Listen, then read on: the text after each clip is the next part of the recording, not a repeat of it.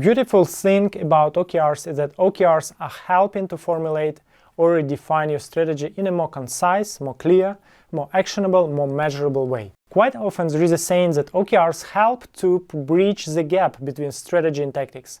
So let's deep dive into how to define strategy via OKRs in this lesson. I think many of us have seen long PowerPoint presentations of the strategy. Yes, with really nice slides, but quite often with a lot of information to grasp. And after the meeting, we often ask ourselves, okay, but what is the next step? It was nice, but how do we measure? What are the actions? How can I connect my daily work to the strategic goals? When you understand your strategic direction, then you can use OKRs as a tool, as a framework to express this direction in objective and key results. We'll look at several examples of expressing strategy via OKRs. Before that, let's talk a little bit about what is an effective strategy. First, it should be clear. Clear in the sense that employees in your company understand what strategy is. They don't need to go and search for a slide deck and read it again. It should be clear, it should be concise, it should be actionable, and it should be measurable. We should at the end understand whether we have achieved it or not. And along the way, we need to understand whether we are progressing. This looks like the characteristics of OKRs. OKRs are clear, they are actionable, and they are measurable. Harvard Business School mentioned that 95% of employees don't understand their company strategy. So this is quite a common pitfall of the strategy of not being clear. It is not clear for employees.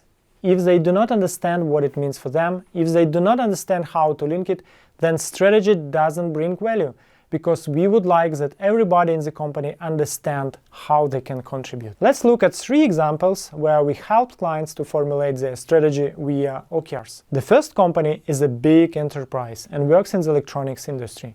They actually have a really nice strategy. It is around 5 slides only, but each slide contains a lot of information.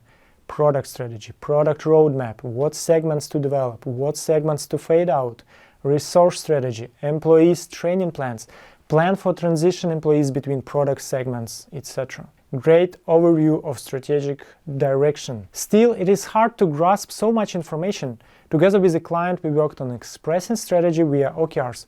We have created 5 main strategic directions, and then for each direction, we have created no more than 4 objectives to secure focus. Strategy expressed via OKR started to be clear, action-oriented, and measurable.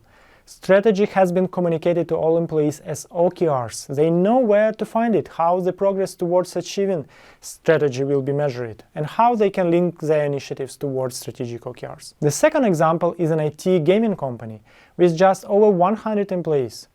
When I arrived, they had strategic goals outlined on a single slide with 8 broad statements, but these were not measurable. They knew what they wanted to achieve but lacked clarity on how to measure progress or success. Additionally, having 8 strategic directions diluted their focus.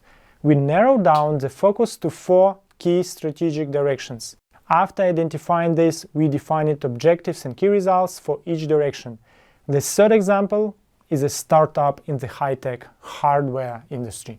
Their major strategic objective for 2 years was to secure Series B funding. We began by putting their strategy on a whiteboard. The leadership team gathered to draw out strategic directions, considering what was important for investors, the company, and the future of the startup. From this session, we developed strategic OKRs. We focused on a few OKRs with securing Series B funding as a primary objective. The key results including achieving projected revenue targets, showcasing the machines they were building, and developing a killer application. This approach made their strategy clear, actionable, and measurable. While a detailed slide deck is useful for the leadership team, board, and investors, OKRs ensure that employees have concise and clear goals. This way, every day, they understand the company's objectives and how their work contributes to achieving these goals. It is essential to have complete and concise goals which can be expressed through OKRs. Let's explore the process of defining strategic OKRs. This discussion focuses on the definition phase, not on communication, transparency, employee involvement, or linking tactics to strategy. Those will be covered in future videos. There are 5 steps to defining strategic OKRs. Understand organizational vision and mission.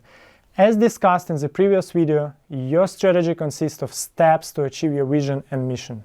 Identify strategic directions. Determine key areas for improvement, such as business processes, organizational governance, or sales. Focus on a few critical directions to avoid spreading your energy too thin. Define objectives. Break down each strategic direction into specific objectives. Refer to our previous video for characteristics of effective OKRs. And define key results. For each objective, establish measurable key results. This helps in understanding the timeline, whether it is for 1, 2, or 5 years.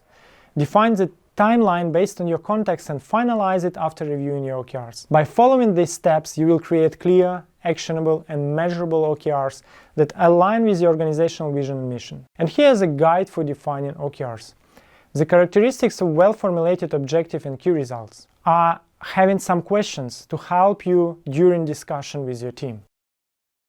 When thinking about objectives and key results, ask yourself these questions to ensure clarity and focus. They will help you define meaningful and impactful objectives and key results. By keeping these guidelines in mind, you can create effective OKRs that drive your organization's success. There are common missteps to avoid when implementing OKRs. Lack of alignment with vision and mission.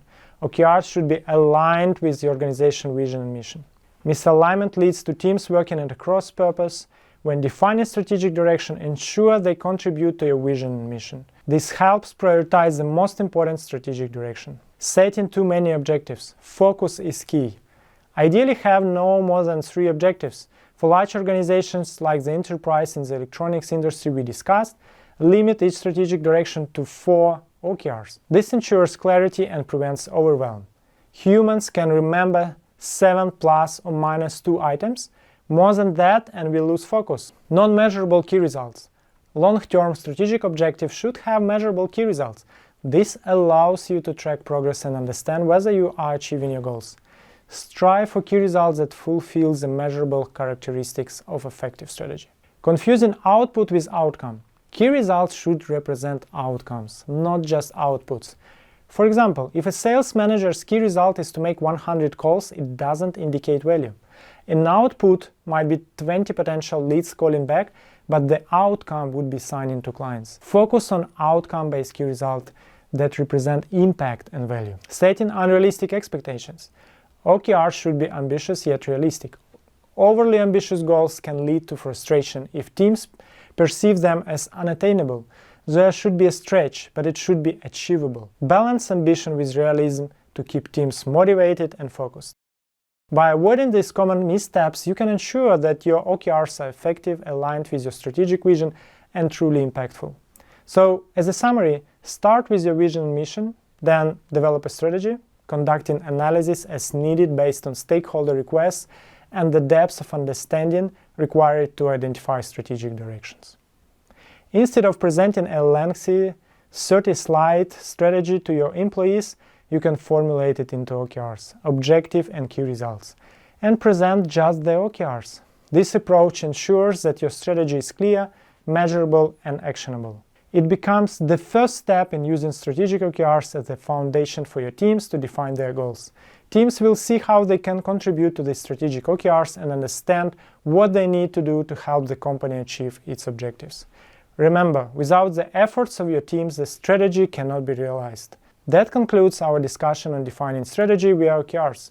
I hope you found it valuable and see you in the next lesson, where we will look at the OKR ground rules, the important decisions that should be taken in order to bring clarity in the organization on how we're going to work with goal-setting framework.